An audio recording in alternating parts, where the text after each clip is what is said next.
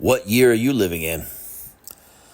I never understood why we need to have a different scale for the calendar tracking the age of our canine companions. I looked into it a little bit and found out that, of course, there are also other scales for different animals. Besides a dog, cats also have a method for calculating their age in comparison to human years. It's just a heck of a lot more convoluted. Briefly, I'll tell you, the first year of a cat is equivalent to 15 human years. The second year of a cat's life adds 9 human years. So, after the first 2 years, your cat is equivalent to a 24-year-old. Yeah, right. They also have these age calculators for rabbits, guinea pigs, and hamsters, and horses. It's wild. I won't read the details of all that. But it's an absolutely absurd practice. Why does each species require its own calendar? I mean, this entire mess was created by humans, and humans are the only ones that look at these calendars and do these calculations. I don't understand what benefit it offers. Does it make your pets feel more mature? Does it make you feel younger? I just don't get it. It's not like they're trying to get Social Security or Medicaid. I don't know. It's ridiculousness to the extreme. There's even an animal age calculator in the Apple iTunes store. And this particular one that I saw covers dogs, cats, hamsters, guinea pigs, rabbits, and horses. Oh, but you know what? They do have a disclaimer on their site. And I'll read this. This is a quote. "This is often not so easy because animals often develop at different speeds and do not resemble humans." Fascinating. Animals do not resemble humans. I think this was manufactured, or this app was designed overseas and somewhere. Yeah. Oh boy.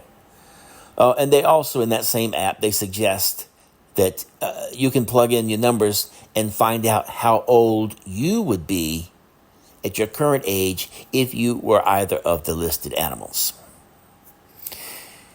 Maybe something you'd find fun, but goodness gracious, I don't get it. I mean, it's this is not the type of question that normal people have.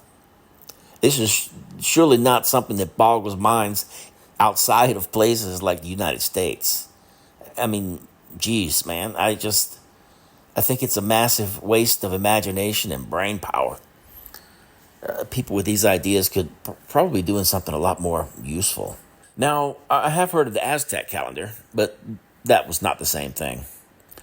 That was simply an alternate form of tracking time that was utilized by an ancient civilization. Quite creative, certainly a sign of great thinking and planning.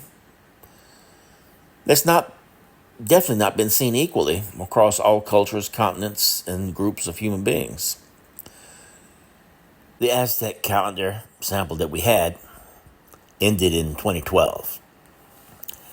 And there was an uproar from certain folks that the calendar ending indicated the end of Earth. Obviously, we know now that Earth did not end in 2012.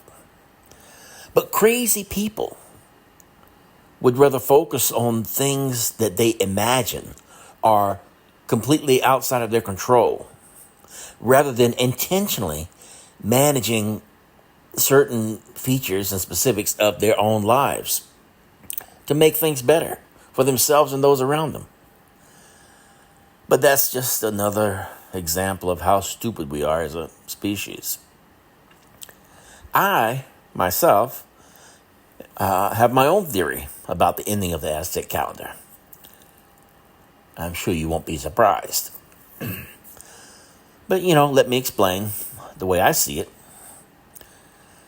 This Aztec calendar was scratched into a rock back in the 1500s. And of course, they had no idea at that time that anyone would take interest or actually use it or follow it or remember it many years later. But when it ended in 2012, what was the purpose of that? Why did it end? People jumped to conclusions, certain people, and thinking that they were making some prediction about the end of the world. I don't think anything nefarious was meant by the ending of the calendar at all. I believe that it was much more likely that the person scratching out this calendar on the stone reached the edge of the rock that they were scribbling on, or they reached the end of the day when the sun went down and they had no more light, so the project was just set aside. I really think my hypotheses are much more reasonable. I tell you, if you guys want to do something more useful, why not correct the problem we have with human age calculation? People are constantly and continually claiming the age of the previous year to make themselves a year younger. Well, I don't think they intentionally do it to make themselves a year younger, but it's a practice that just somebody started it, and it's just repeated over and over and over. Birthdays are meant to celebrate the commencement of life and the coming of a new year. But people regularly celebrate the past year instead of the year ahead. So let's see, upon completion of your 21st year of life, you begin your 22nd year. Keeping up so far? But if you ask 100 people their age, greater than 90% will claim the age of the previous year instead of the current year to actually and honestly reflect their age. This very weird practice is so common that it often takes me a lot of time to explain it to people. Now, through this practice, the easiest way I've found to make this clear is to ask people to think about the New Year's holiday. So when you go to one of these end-of-year events, a New Year's party, which number is on all the signs? Which year do you actually celebrate? Is it the year that's ending or the year that is beginning? You starting to get a little clue now? So, when you end your 21st year of life and celebrate the anniversary of your birth, what age should you be claiming? Yep, there you go. You should be proclaiming your excitement at the new year and wearing with pride the new age you are in your 22nd year. So don't be afraid to accept it. The only times that previous periods of time are celebrated instead of the future are when you recognize someone's retirement, remember a significant anniversary, or memorialize someone's life in a funeral. Now, graduation ceremony actually walks a line between the two, joining an achievement of the past with the potential for the future. So, gentlemen and any ladies that are out there, the very next time someone asks your age, please get it right for the very first time in your life. Cretin Media out.